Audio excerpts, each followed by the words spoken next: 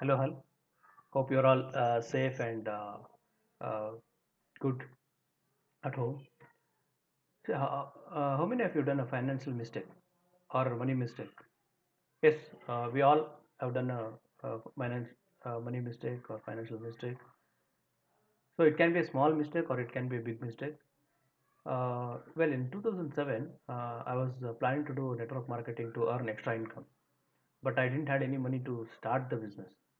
So one of my friends suggested me to use a credit card and start a business. And then I applied for a credit card, and through credit card I bought a product to promote the product to my friends and families. And in the process, I in the later I couldn't succeed in that money marketing, network marketing. And but I paid a lot of money to clear all my credit card dues. So it took almost 2 years for me to clear all the credit card bills because I used to pay only the minimum monthly balance every month, uh, and it really affected my cash flow for the 2 years. And I learned now I'm very careful in terms of using credit card, and I'll clear all the dues every month. Well, let us explore some of the common money mistakes people do. Uh, the first mistake people do is doing ad hoc investments. They don't have proper budget for saving every month. What they do is, whenever they have some money, they'll go and invest. If they don't have, they'll not invest. And whenever they need it, they will withdraw without realizing whether it is the right time or not a good time to withdraw this money. Just they withdraw. If this continues for long run, they they'll not be able to save a stipulated amount. They'll not be able to any invest to any certain goals or something. So uh, instead of doing ad hoc investments, disciplined and systematic investment will really help people. That is the first. The second mistake people do is uh, mixing their insurance and investments.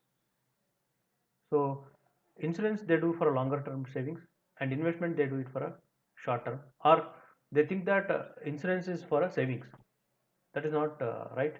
Recently, one of my friend called and he wanted to start as retirement planning. I said yes, we'll do it. But I also remember he had a girl child. Then I asked him, how about your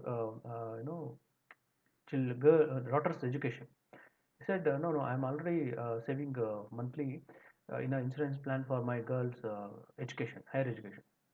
I said, okay, well, but what I realized is that insurance plan which is bought will not earn him more than 5 to 6% in the long run.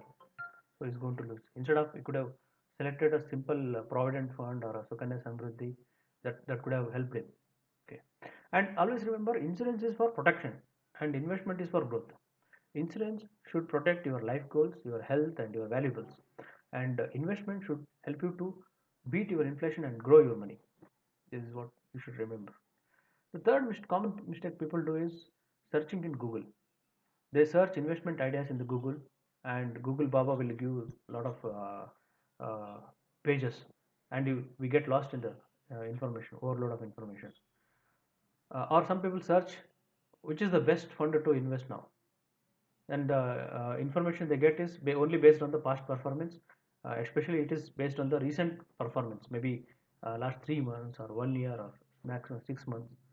And this is not the right way to invest into any instrument, because each and every investment has carries its own risk and own volatility. We need to understand before investing it.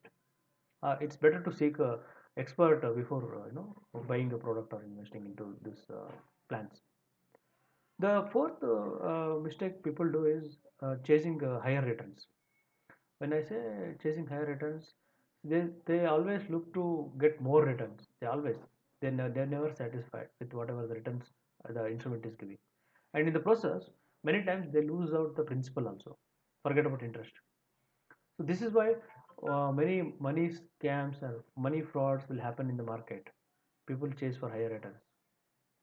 So instead of chasing for higher returns, understand the instrument which you are investing, and understand whether it is regulated by any regulated body such as SEBI, IRDA, or PFRDA, and then accordingly you invest and look for a decent return or ideal return.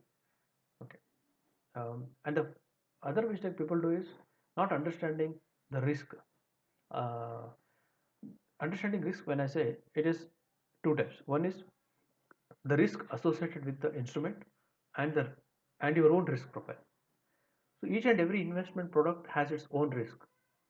We need to understand how the product works, what is the risk involved, and how can manage it. Or every investor has their own risk ability. For example, we have a friends common friends group. In that same group, one of my friend is very conservative. He always talk about the secured investments such as bank FDs, postal savings, or government securities. We have another friend in the same group who talks about equity trading, option trading, intraday trading, and all those things. So the one investor is very conservative, and one is a very aggressive investor. But both are almost same age, same profession, and almost earning the same income, and they have same responsibilities. But their risk profile differs. This is why we should understand our own risk profile before getting into investments. So for more details, you can get in touch with me. So we can help you to give you a free risk report. Also, we can give you a template to or write up on finding out your own mistakes and correcting those mistakes and learning from those mistakes. Uh, Thank you for watching this video. Please do share with your friends and families, and stay at home. Be safe. Thank you.